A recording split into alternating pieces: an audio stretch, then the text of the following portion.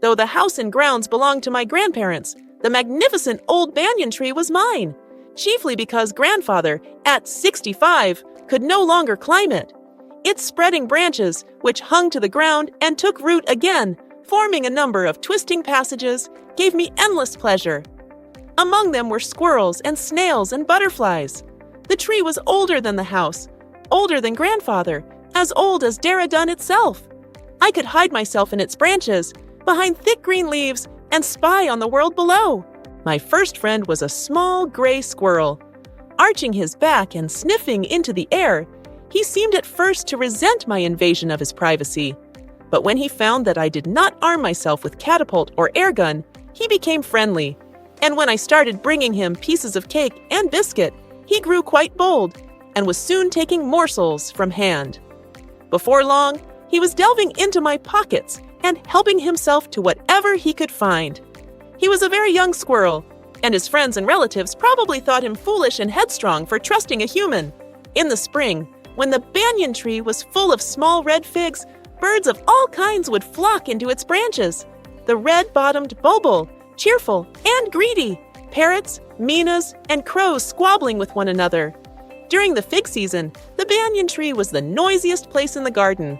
Halfway up the tree, I had built a crude platform where I would spend the afternoons when it was not too hot.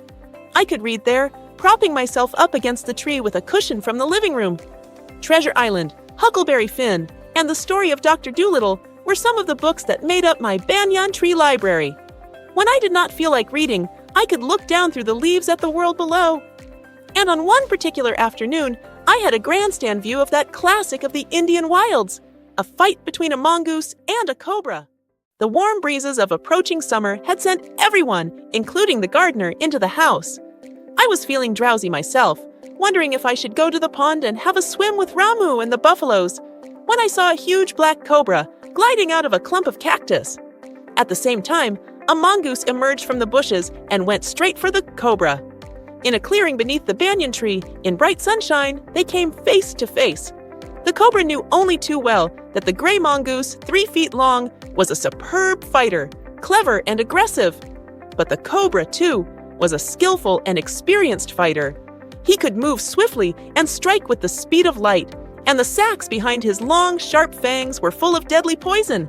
It was to be a battle of champions.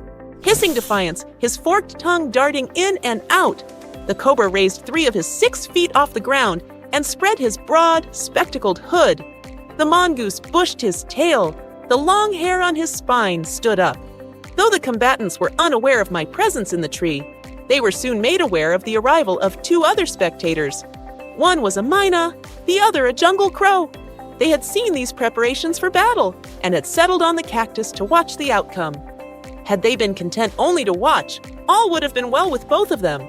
The cobra stood on the defensive, swaying slowly from side to side, trying to mesmerize the mongoose into making a false move. But the mongoose knew the power of his opponent's glassy, unwinking eyes and refused to meet them. Instead, he fixed his gaze at a point just below the cobra's hood and opened the attack. Moving forward quickly until he was just within the cobra's reach, the mongoose made a pretended move to one side. Immediately, the cobra struck. His great hood came down so swiftly that I thought nothing could save the mongoose. But the little fellow jumped neatly to one side and darted in as swiftly as the cobra, biting the snake on the back and darting away again out of reach. At the same moment that the cobra struck, the crow and the myna hurled themselves at him, only to collide heavily in midair. Shrieking insults at each other, they returned to the cactus plant. A few drops of blood glistened on the cobra's back. The cobra struck and missed. Again, the mongoose sprang aside, jumped in, and bit. Again, the birds dived at the snake, bumped into each other instead, and returned shrieking to the safety of the cactus. The third round followed the same course as the first, but with one dramatic difference. The crow and the myna, still determined to take part in the proceedings, dived at the cobra, but this time they missed each other as well as their mark. The myna flew on and reached its perch, but the crow tried to pull up in midair and turn back. In the second that it took the bird to do this, the cobra whipped his head back and struck with great force, his snout thudding against the crow's body. I saw the bird flung nearly 20 feet across the garden. It fluttered about for a while, then lay still. The myna remained on the cactus plant, and when the snake and the mongoose returned to the fight, very wisely decided not to interfere again. The cobra was weakening, and the mongoose, walking fearlessly up to it, raised himself on his short legs and with a lightning snap had the big snake by the snout. The cobra wreathed and lashed about in a frightening manner and even coiled itself about the mongoose, but to no avail.